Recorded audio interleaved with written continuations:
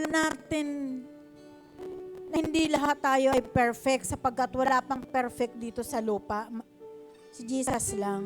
Si Lord lang talagang perfecto. But we need to be Christ-like. Kailangan natin na gayahin yung standard ng Panginoon.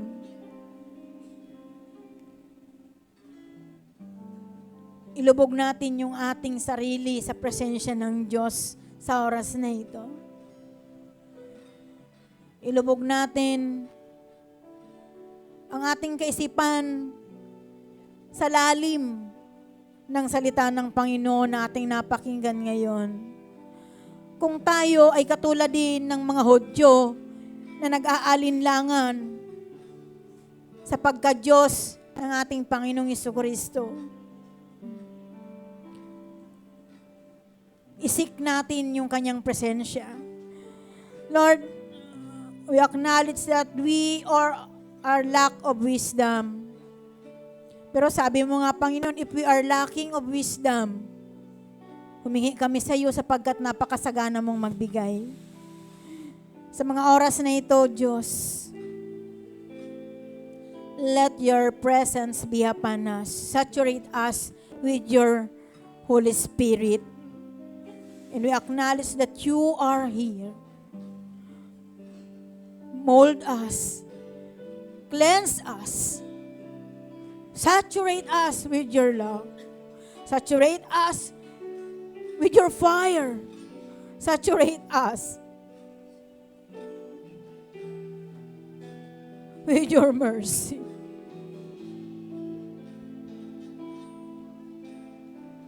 Napakabuti mo, Panginoon.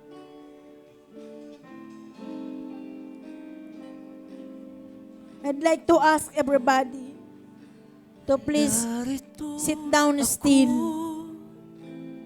Just close your eyes and feel the presence of the Holy Spirit molding your heart today.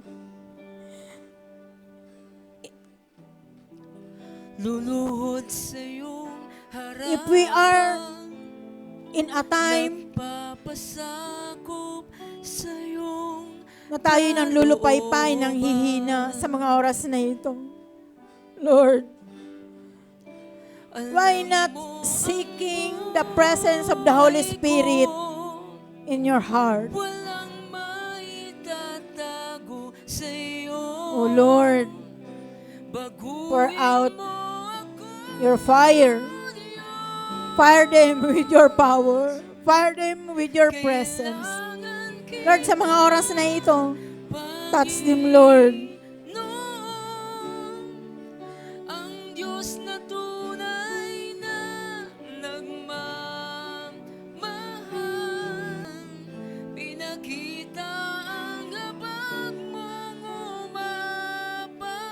Sa buhay ko.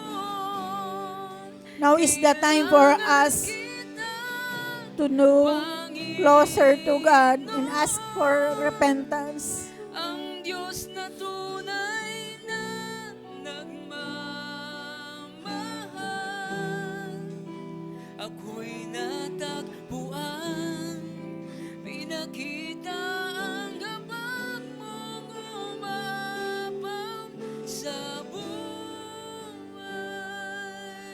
ko. Hallelujah, Jesus. Hawakan mo ako, Lord, sa mga oras na ito, Panginoon. iyaan mo, Panginoon, na isuko namin sa iyo ang aming mga buhay. Linisin mo po na yung makapangyarihang dugo ang aming mga puso, isipan, paningin, pandinig, kamay, panyapak, in the name of Jesus.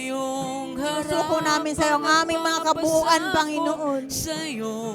We give it all to you, Lord. Maging yung aming mga pasanin in the name of Jesus. Hallelujah. Hallelujah, Lord. Napakabuti mo. Touch mo ang kanilang mga buhay, kanilang mga pangangailangan. In the name of Jesus.